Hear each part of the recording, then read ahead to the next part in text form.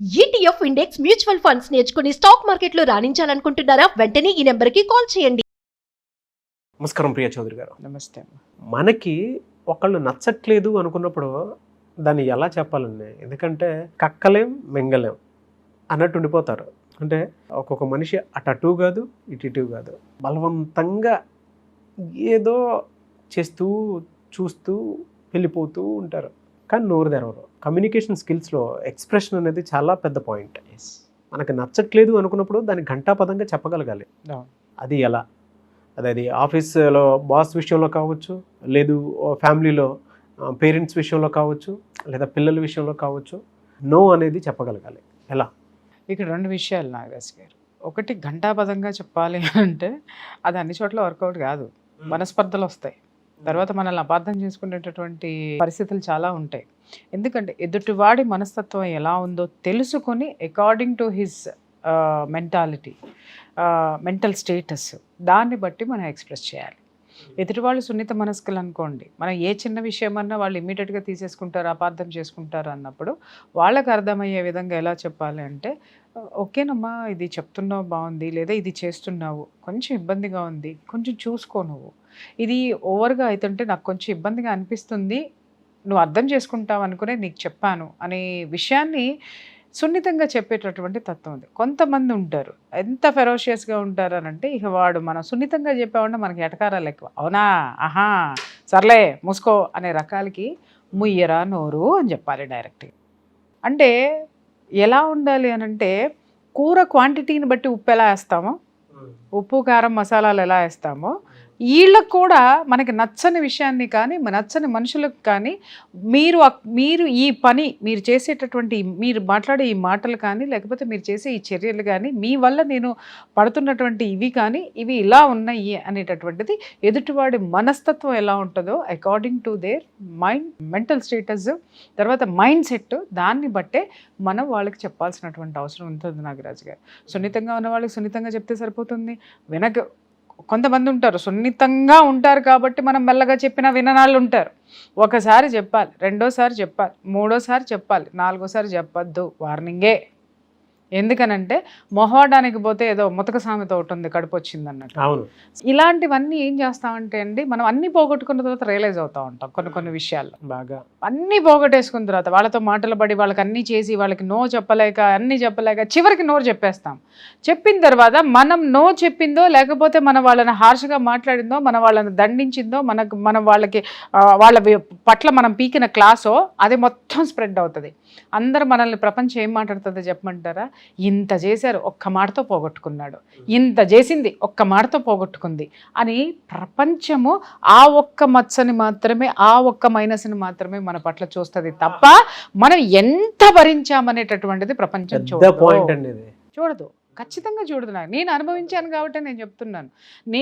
నాకు బరువు ఎత్తుకున్నాను అనంటే వాటి మీద ఇప్పుడు మన వెయిట్ లిఫ్టింగ్ ఉంటుంది చూసారా, ఫస్ట్ ఏం చేస్తారు, ఒక 10 కేజీలు వేస్తారు, తర్వాత ఏం చేస్తారు ఇంకొక 10 కేజీలు, ఇంకొక 100 కేజీలు. ఆ వెయిట్ లిఫ్టర్ ఎంత మొయ్యగలుగుతాడో అంత వేసుకుంటూ వెళ్ళిపోతారు. అది మొయ్యగలిగిన వాడు ఖచ్చితంగా మోస్తాడు. 95 కేజీలు దిగ్విజయవంతంగా మోసిన వాడు ఒక్క 5 కేజీలు ఎక్స్ట్రా అయ్యంగానే ధబక్కని పడేసేసి పడిపోతాడు చూసారా, అర్రే ఈడు ఓడిపోయాడు. అరే 95 కేజీలు వాడు మోసాడే, ఈ 5 కేజీలు ఒక్క 5 కేజీల్లో వీడు పడిపోయాడే అని మాట్లాడతారు తప్ప, అరే 95 కేజీస్ని అద్భుతంగా అలవోకకంగా ఎత్తాడబ్బా వీడు, అనవసరంగా 5 కేజీలు వేసాడని ఎవరు మాట్లాడరు. వాడి కెపాసిటీ అర్థమైందా? ఈ వెయిట్ లిఫ్టింగ్ ఎలాంటిదో మన లైఫ్లో ఇలాంటివి కూడా అలాంటివే. మనం ఎత్తుకునేటటువంటి బాధ్యతలు కానీ, లేకపోతే మొహమాటంతో ఎదుటి వాళ్ళని భరించడం కానీ రెండు ఒకటే నాగరాజు గారు. మన బరువు ఎంతవరకు అంతవరకు మనం భరించాల్సినటువంటి అవసరం అయితే లేదంటాను నేనైతే. ఎందుకంటే 1-2 సందర్భం ముందరే నిక్కచ్చిగా చెప్పాలి. వాళ్ళ వెయిట్ లిఫ్టర్ కూడా ఏంటంటే ఎదుటివాడు 100 కేజీలు పోసాడు కాబట్టి ఇంకొకటి 5 వేయి అంటాడు, ఎందుకంటే వీడు గెలవాలి కాబట్టి. ఆడ 5 వేస్తాడు, వీడు పడతాడు, వీడికి కెపాసిటీ ఉండదు అక్కడ. ఇక్కడ ఏమవుతుంది, గెలవాలి అనేటటువంటిది, లేదా ప్రపంచంతో భజన చేయించుకోవాలనో, లేకపోతే వాళ్ళని ఎలాగైనా ఆదుకోవాలి అని మన శక్తికి మించి మనం మొయ్యటం అనేది, భరించటం అనేది కరెక్ట్ కాదు. This is against universal law. అర్థమైందండి? అవునవును. ఏది కూడా నిన్ను మించింది భరించమని భగవంతుడు చెప్పడు, విశ్వం చెప్పదు, లేకపోతే నీ మనసు కూడా నీకు చెప్పదు. నీ మనసు నీకు చాలాసార్లు హెచ్చరిస్తూ ఉంటుంది, వద్దు నువ్వు కూరుకుపోతున్నావు బయటికి రా అనగా వాళ్ళు ఏమనుకుంటారు, ఇంత చేశాను కదా ఈ కొంచెం చేస్తే ఏమవుతుందో, ఆ కొంచెంలోనే ఉంటుంది నీ బతుకంతా. ఆ కొంచెం పాస్ అయ్యావా ఇంకా మళ్ళీ ఇంకా ఏం చేస్తావని ఎదురు చూస్తారు, రైట్? ఇంకొకటి యాడ్ ఆన్ అవుతుంది తప్ప నీకు అరే ఇదంతా ఇంత చేశాడు నాకు నాగరాజు అని చెప్పేసి అని ప్రియా చౌదరి మెడలో వేసుకొని మెడల్స్ వేసి మెచ్చి మేకతోలే ఇంక అప్పదు. అంటే ఇది నేనే ఏం చేశాడబ్బా, ఏం చేశాడు, వాడికి అసలు నా కెపాసిటీ ఎంత, వాడు ఇంకా చేయాల్సింది నేనే వదిలేశాను అని నేను మాట్లాడుకుంటాను, నన్ను నేను హైలైట్ చేసుకుంటాను తప్ప నిన్ను మెచ్చుకొని భుజాలకు ఎక్కించుకోవాల్సినటువంటి అవసరం నాకు లేదు. ఎందుకంటే నా స్వార్థం కోసం నీ దగ్గర చేరాను కాబట్టి నా శక్తి, నా బరువు, నా బాధ్యత మొత్తం నీ మీద నేను ఎందుకు వేసానంటే నేను సోమరిపోతున్నాను అనుకో, నాకు ఆ కెపాసిటీ లేదనుకో, ఎప్పుడైతే నీ భుజాల మీద నుంచి నేను దిగిపోతానో నేను నిల్లో కాబట్టి నీ భుజాల మీద ఉండడానికే ప్రయత్నిస్తా. అందరికీ చూసే వాళ్ళందరికీ ఏం చెప్తాను అని అంటే నేను ఎక్కి కూర్చున్నానని చెప్పను, నువ్వు ఎక్కించుకున్నావు అని చెప్తా. నువ్వు దించేసావనుకో ప్రపంచం ఎలాంటి సానుభూతి నా మీద చూపిస్తుందో చెప్పమంటావా? చూసావా సడన్గా కింద పడేస్తే ఎక్కడికి పోతుంది అది, పాపం ఇన్నాళ్ళ మట్టి నమ్ముకొని ఉంది కదా ఏమైపోతుంది అని నా మీద చాలు చూపిస్తారు తప్ప ఒరే ఈడు ఇన్ని సంవత్సరాలు ఈ మొద్దును మోసాడే, దీన్ని భుజాలకు ఎక్కించుకుని తిప్పాడే, దీన్ని ఇంత చేశాడే, ఇది ఇంకా ఎక్కువ ఊరేగుతానంటుంది అని ఎవరు అనరు. అదే అంటే మీరు చెప్పిన పాయింట్లో నాకు నిజంగా అది బాగా హైలైట్ చేసి మాట్లాడాలనిపించింది. ఒకటి చెప్తానండి, అప్పుడు దాకా మోస్తారండి వాళ్ళు, ఇప్పుడు దాకా మోస్తారు నిజంగా చాలామంది. ఒక 5 సెకండ్లు ఓర్చుకోవచ్చు కదమ్మా ఏమైంది అని అంటారు. మా మదర్ అనేది నాకు చాలా చేసిందంటే నాకు ఎదుటి వాళ్ళు ఇంకా నేర్చుకోవట్లేదనో లేకపోతే వాళ్ళు దాన్ని అర్థం చేసుకోకుండా అలా ఉంటున్నారని గట్టిగా అరిచేసాను అనుకోండి, వీళ్ళు ఎప్పుడు నేర్చుకుంటారు, లేకపోతే ఇది ఏంటి ఎంతకాలం అని నేను ఇలా పోయాలని అంటే మా మదర్ అనేది చేసిందంతా చేస్తావు, ఒక చిన్న మాటని ఎందుకు పోగొట్టుకుంటావు అనేది. కానీ అవునమ్మా నువ్వు ఇంత పోగొట్టుకున్నావు, వాళ్ళు నిన్ను అర్థం చేసుకోవట్లేదు, నేను చెప్తాలే సర్ది చెప్తానని ఏనాజ్ అనేది కాదు, మా మదరే అనేది కాదు, ఇంకా మళ్ళీ వేరే వాళ్ళని అనుకోవడం ఎందుకో. వీళ్ళు కూడా ఏంటి అని అంటే అవతలాలు మన మీద ఆధారపడ్డారు అని అంటే అక్కడ సింపతి, ఆధారపడే వాళ్ళ మీద సింపతి ఉంటది కానీ మోసే వాళ్ళ మీద మాత్రం ఎలాంటి కృతజ్ఞత ఉండదు బాబు. ఇది మాత్రం వాస్తవం. ఎప్పుడు ఉంటుంది అని అంటే వాళ్ళంతటకు వాళ్ళు ఏదో ఒక సందర్భంలో రియలైజ్ నిజంగానే ఈ పిచ్చోడు నన్ను ఇన్ని సంవత్సరాలు భరించాడు, నాకు ఇంత మంచి ఇది ఇచ్చాడు, నాకు ఇంత సపోర్ట్ ఇచ్చాడు, అరే వీడిని నేను గుర్తించలేకపోయానని నేను గుర్తించి ఒరే అయ్యా నిజమే రోయ్ నువ్వు అసలు నిజంగా నీ మీద చాలా బరువు భారం పెట్టాను రా నాయన, ఇక నుంచి నేను పెట్టదలుచుకోలేదు, ఇంకేదన్నా ఉంటే నేనే నీకు సపోర్ట్గా ఉందాం అనుకుంటున్నానంటే నీకు 1000 ఏనుగులు బలం వచ్చేస్తుంది, ఎందుకంటే నేను నిన్ను గుర్తించాను. అలా కాకుండా ఎంతసేపు నువ్వు నాకేం చేయలేదు, నువ్వు నాకేం చేయలేదు, నువ్వు నాకేం చేయలేదు అని నేను ఎప్పుడైతే మాట్లాడతానో అసలు నీలో ఉన్న శక్తి మొత్తం నిర్వీర్యం అయిపోతుంది, నిన్ను నువ్వు కోల్పోయేటటువంటి పరిస్థితి వస్తుంది, నీలో ఉన్నటువంటి చరిష్మా కానీ నీలో ఉన్న స్కిల్స్ కానీ మొత్తం కూడా జారిపోతూ ఉంటాయి, మొత్తం అంతా భూస్థాపితం అయిపోతాయి. ఎందుకు అనంటే ఈ బరువుని నేను దించుకోలేను అనేటటువంటి నిరాశ, నిస్సహాయత, అసక్తత నీలో ఎప్పుడైతే పేర్కొని పోతుందో నువ్వు ఓడిపోవడం అనేది స్టార్ట్ అవుతుంది. సో అక్కడ జనాలందరూ ఏం చేస్తారంటే నాగరాజు నిన్ను భజన నీకెవడు భజన చేయడు, ఏమంటాడు ఎవడెత్తుకోమన్నాడండి, ఇప్పుడు నాలాంటిది ఏదన్నా నోరేసుకుని మాట్లాడిందండి అదేంట్రా వాడు అంతా చేశాడు ఎవడు గుర్తించడు పెట్టడు అది ఇది అని అన్నా అనుకో, నా నోటికి భయపడి ఒక మాట ఏమన్నా ఎవరేసుకోమన్నారండి వాడిని, ఎవరేసుకోమన్నారండి అసలు మేము ఆ రోజునే చెప్పామండి అని నాలాంటి దానికి సమాధానం చెప్తాడు. ఓకే ఇంకెవరన్నా వచ్చారనుకుందాం, ఇంకెవరన్నా వచ్చి అసలు చూసారండి ఇంతవరకు వాడిని నమ్ముకొని ఉన్నారు కదండి, వాడు ఏం చెప్తే అది వాళ్ళు చేసుకుంటూ వచ్చారు కదండి, చివర్లో వదిలేశాడు చూసారా. మరి ఎలా అండి అంటే ఈ సూటిపోటి మాటలు అనుభవించాలి, ఆదిలోనే తుంచెయ్యాలి.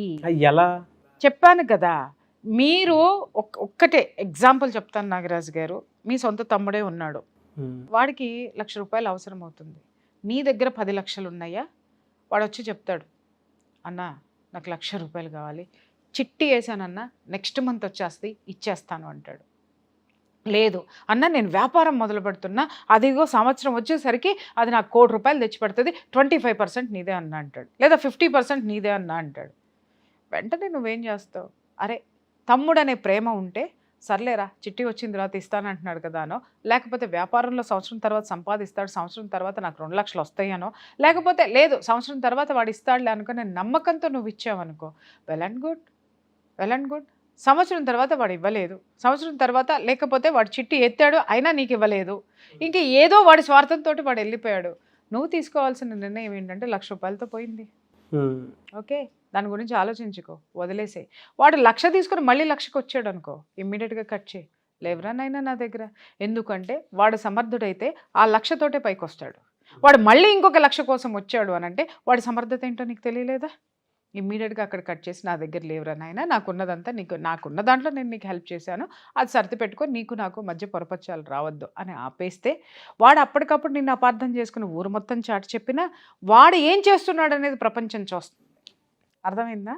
చూసి అరే వాడు కావాలనుకున్నప్పుడు హెల్ప్ చేశాడు కదా, వాడు ఇది చేశాడు కదా, వీడి పైకి రాలేదు అని అంటే అర్థం ఏంటి? వీడిలో చరిష్మా లేదు అనేటటువంటిది అర్థమవుతుంది. లేదంటావా, నీ 9,00,000 నీ దగ్గర మిగులుతాయి, నీ సంసారం నీకు చెక్కు చెదరకుండా హాయిగా ఉంటావు, నీ ఎనర్జీ నీ దగ్గరే ఉంటుంది.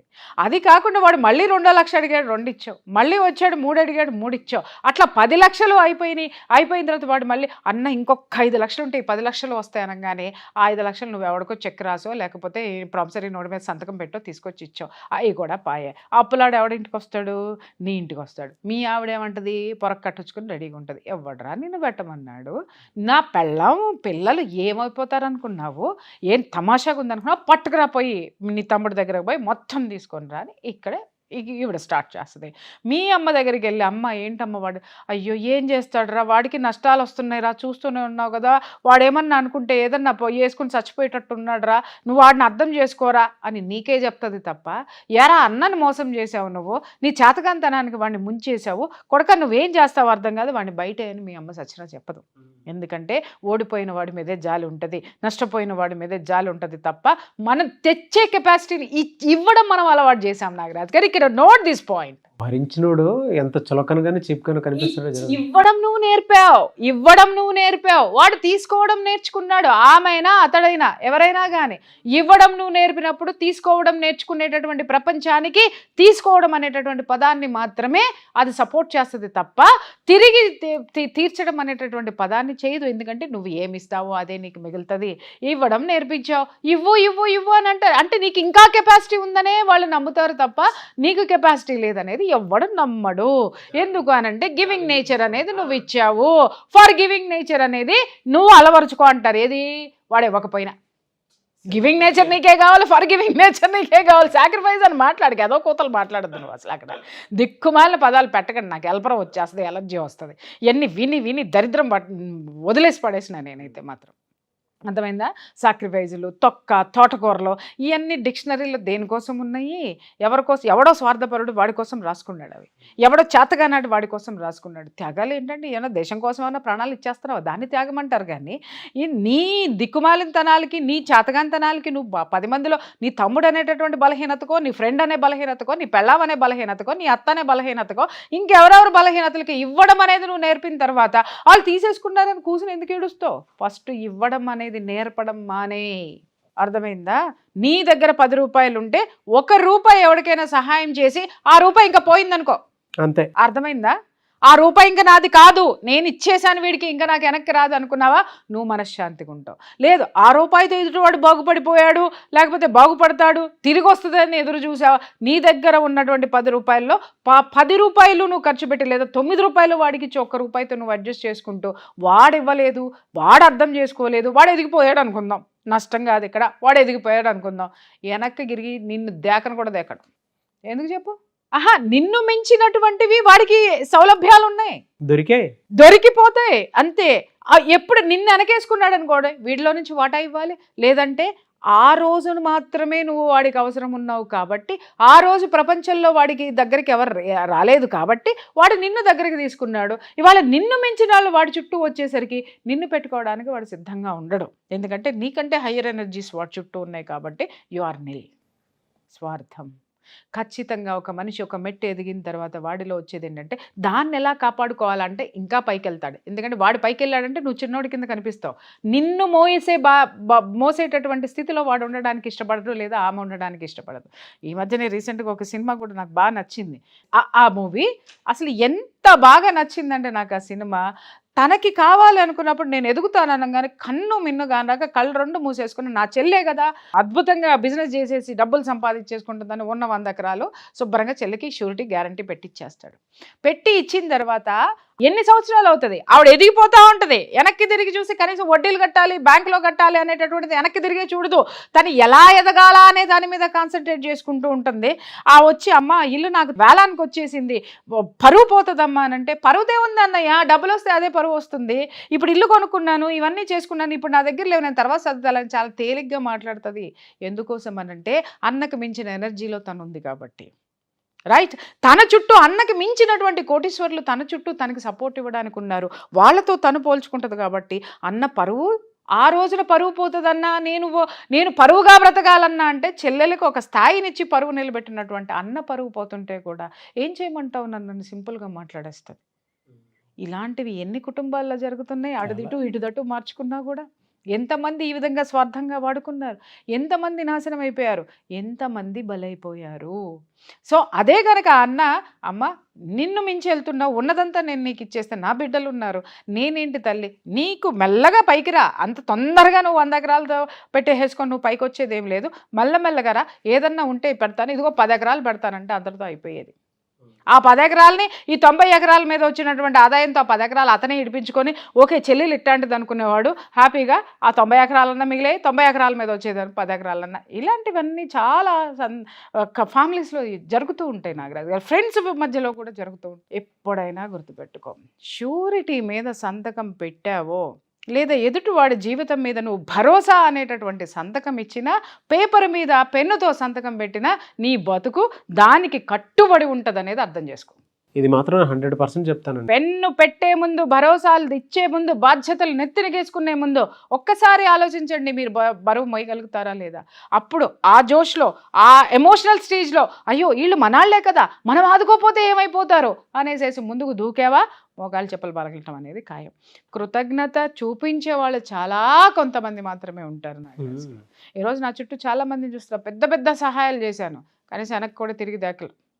టు బి ఫ్రాంక్, మంగళసూత్రాలతో సహా తాకట్టు తాసులో వేసి మరీ పిల్లలు అమెరికాలో వెళ్తుంటే డబ్బులు సహాయం చేస్తే ఈరోజు వాళ్ళు ఎక్కడో ఉన్నారు, కనీసం వెనక్కి తిరిగి చూసి దీని మంగళసూత్రం ఏమైపోయిందని దీనికి ఇడిచిప్పిద్దామని చెప్పేసి వెనక్కి తిరిగి చూసిన వాళ్ళు కూడా ఎవరు లేరు. ఏదన్నా ఉంది అని అంటే వాళ్ళ ఇళ్ళకెళ్ళి వాళ్ళ ఇంట్లో ఏమున్నా మేము వెళ్ళి హెల్ప్ చేసి ఇది చేసిన చుట్టాలు, బంధువులు, వెరీ నియరెస్ట్. మా మదర్ పోతే జస్ట్ వాట్సాప్లో మెసేజ్ పెట్టారు తప్ప ఈ రోజుకి మా ఇంటికి వచ్చి మమ్మల్ని పలకరించినటువంటి వెరీ క్లోజ్ చుట్టాలను కూడా నేను చూశాను. వీళ్ళందరినీ చూసిన తర్వాత నాకు అర్థమైంది ఏంటి అని అంటే, నో ఎక్స్పెక్టేషన్స్, నో సాక్రిఫైజింగ్స్, నో బాధ్యత అనేటటువంటి ఫీలింగ్లు వద్దు. నీకెంత చేతనైందో, నీకు 10 రూపాయలు ఉంటే రూపాయి మీద రిస్క్ తీసుకో తప్ప 9 రూపాయల రిస్క్ నువ్వు చేయొద్దు, చేయలేదని నువ్వు ఫీల్ కావద్దు. ఇది నిజం మేడం చెప్పేదాన్ని, ఆడియన్స్కి తెలియాలి కాబట్టి చెప్తున్నాను. చాలా హెల్ప్ చేసిన తర్వాత ఒక క్లారిటీకి వచ్చేసారు, ఉంటుంది కదా చేయకూడదు నాయన, లాస్ట్ స్టేజ్ దాటిపోయిన తర్వాత బాధ ఏంటంటే వాళ్ళకి తెలుసు, వాళ్ళు ఎదురుగుండానే నేను అలా తీసి ఇవ్వడం అనేది, అయ్యో వచ్చి ఇంటికి వచ్చి మరి మెళ్ళ నల్ల పూసలు, చెవుల కమ్మలు తీసుకొని వెళ్ళి వాళ్ళకి వాళ్ళు పెరిగి పెద్దయ్యి తిరిగి వెళ్ళి అడిగితే కనీసం, చెప్పాను కదా మా మదర్ పోతే కనీసం వచ్చి పలకరించడానికి కూడా ఎవరు రాలేదు అని అంటే, ప్రశాంతంగా ఉన్నాం చాలు. నాగరాజు గారు, నేను ఎప్పుడు ప్రశాంతంగా ఉన్నా, ఎందుకని అంటారేమో, చేసి ఏంటి అని వెనక్కి తిరిగి నేను ఎప్పుడు చూడలా. నాకు బాధ ఎక్కడేసింది అంటే, చేసేంత వరకు చుట్టూ తిరిగేసి నీకంటే గొప్పవాళ్ళు లేరని ఇట్లా ఎత్తి పట్టుకొని ఆ తర్వాత వెనక వచ్చే మాటలు ఉంటాయి చూసారా, మాట్లాడతారు చూసారా, అది ఒక్కటే నాకు మనుషుల మీద ఒక విధమైనటువంటి విరక్తి, అసహ్యం ఇక్కడ పెట్టుకోవద్దు మనం, విరక్తి వచ్చేసింది అంతే. సరే ఈ బతుకులు వాడు ఎంతైనా ఎదగనివ్వండి, నా మంగళసూత్రం అయితే గుర్తొస్తుందిగా నాకు, నా నల్లపూసల గొలుసు అయితే గుర్తొస్తుందిగా నాకు, నా చెవి కమ్మలు అయితే గుర్తొస్తాయిగా నాకు, నీ ఎదుగుదలని నీకు చూసినప్పుడల్లా, నువ్వు కారు వేసుకుని తిరిగినప్పుడల్లా, లేకపోతే నువ్వు ఎదిగినటువంటి నీ బిల్డింగుల ముందో నీ ఇంకొకట్ల ముందో నుంచున్నప్పుడల్లా నా వస్తువులు నాకు గుర్తుకు రావా? నాలో ఉన్న క్షోభ నీకు తగలదా ఏదో ఒక రోజున? క్షోభ ఇన్ ద సెన్స్ పడి ఏడవడం కాదు నాగరాజు గారు, అంత నేను నిలువు దోపిడీగా నేను నీకు ఇచ్చిన రోజున కనీసం తిరిగి ఒక కృతజ్ఞతాభావము, తిరిగి కనీసం మా మదర్ చనిపోతే వచ్చి పలకరించిన వాళ్ళు లేరండి, ఇలా హెల్ప్లు తీసుకున్న వాళ్ళు. ఇక దాంతో నాకు అనిపించింది, బంధుత్వం అంటే ఏంటి, బంధాలంటే ఏంటి, సహాయం అంటే ఏంటి, ఎవరికి అర్హత ఉన్నవాడికి మాత్రమే చేయాలది. ఎవడో తెలియని వాడికి సహాయం చేయండి, ఒక 10 రూపాయలు సహాయం చేయండి, ఒక 100 చేయండి, 1 లక్ష కూడా చేయండి. అట్లీస్ట్ వాడు తిరిగి మనకి ఇలాంటి బాధను మిగల్చడం, ఆడెక్కడో మనం ఎక్కడో. కానీ విశ్వం చూస్తుంది మనం ఏం చేస్తున్నాం అనేది. కానీ ఇలాంటి స్వార్థపరులకు మాత్రం చేయొద్దు. చేసి ఏంటిది అని బాధపడుతూ మాత్రం కూర్చోవద్దు. అన్నీ వదిలేసేయండి, హ్యాపీ. థ్యాంక్ యూ అండి. Thank you so much Priya Chaudhary garu. Thank you. అందుకే ఇక్కడ క్లాస్లో ఒక మాట చెప్పాలి, అంత్య నిష్ఠూరం కంటే ఆది నిష్ఠూరం మేలంటారు జనాలు. మన పెద్దవాళ్ళు ఎందుకు చెప్పారంటే ప్రతిదీ ఊరికనే చెప్పలేదు నాగరాజు.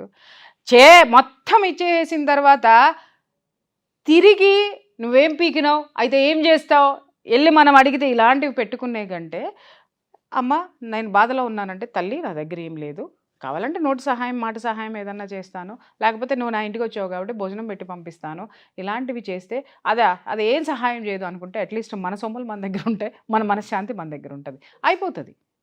అంత్య నిష్ఠూరం కంటే మొత్తం చేసి డబ్బు పోగొట్టుకుని, నీ హెల్ప్ పోగొట్టుకుని, నీ సర్వీస్లో పోగొట్టుకుని, వాళ్ళు మనకి ఎదురు తిరిగి కృతజ్ఞత చూపించలేదనో మనకి ఎగ్గొట్టారనో ఏడ్చే కంటే ముందే అనిపించేసుకుంటే కనీసం మన సర్వీస్ మనకు మిగులుతుంది, మన సొమ్ములు మనకు మిగులుతాయి కదా. ఇంకా అంతే. అట్లీస్ట్ సేఫ్ సైడ్ అంతే. కాబట్టి చూసుకొని ముందుకు అడిగేయండి. ఎస్. థ్యాంక్ యూ అండి. Thank you so much Priya Chaudhary garu. Thank you.